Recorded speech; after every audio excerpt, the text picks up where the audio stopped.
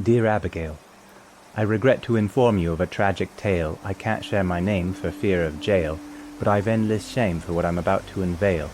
My first confession of this hard life lesson is that I'm a voyeur through and through. I had no impression to even question, but I was a peeping Tom who once peeped on you. Please understand, I'm not a lustful man, I'm only curious about the lives of others. And so it stands to reason, then, how mysterious it was to receive your letter. Not sent by you, but to you, you see. For we both have similar names on our streets. To Abigail Blythe with no return address. I was surprised and opened it with some finesse, using steam to be sly and avoid tearing or stress. The letter, if I may summarize, began to express. Vincent Browning, your friend or lover, mentioned a stalker, not me, but another. He claimed to have murdered the nefarious man and intended to bury him on Vincent's own land. In a garden out back, I've included his letter, still intact, for I thought it'd be better if you could read it firsthand, to comprehend his whole plan. My curiosity burned, but with no address for return, I very strongly yearned to investigate and learn where this Vincent chap resided, though it wasn't my concern. To find where he resided, it was then that I decided to follow the address and find you. And this was when we first met, though I shudder to remind you. I watched you through the window, much to my regret, for I was curious of the woman for whom Vincent murdered to protect. You were writing a letter, possibly to him.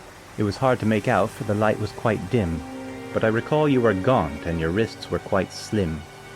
I gently rapped at your door, and it opened a crack where your pale face was guarded behind a chain-style latch.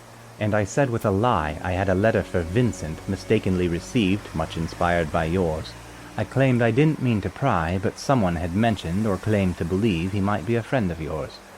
With trembling and uncertainty, you did give me his home, and promptly closed the door and left me standing alone. So I had what I needed, and I watched you no more.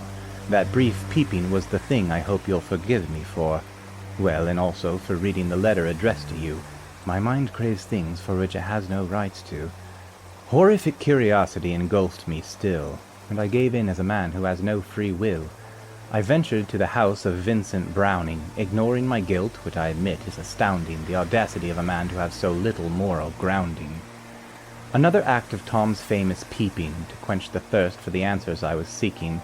I peered through the windows and saw several lights, but no one was home, and as dusk turned to night, I walked around the property and found the garden with the letter's predicted site.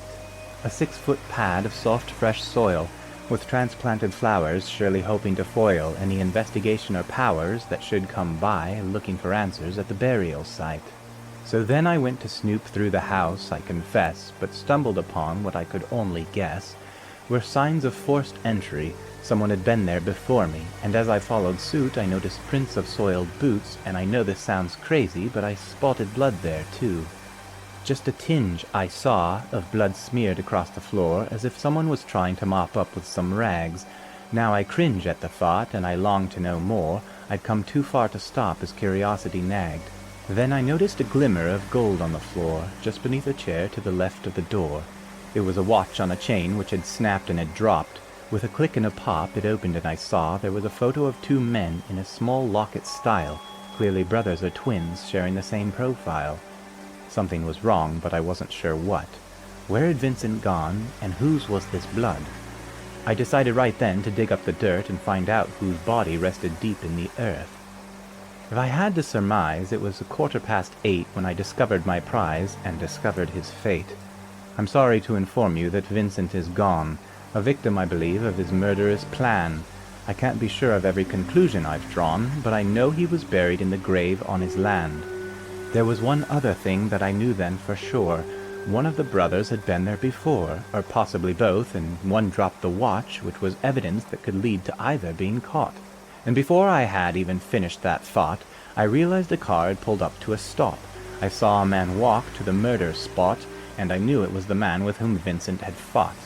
I witnessed the man, I was peeping again, as he tossed every room into which he had been, and I waited, quite stressed as I bated my breath, for his watch was within my possession. And I knew without doubt that the man would come out and he'd find that I'd dug up the garden. But as I looked around, not a place could be found to hide from his certain aggression.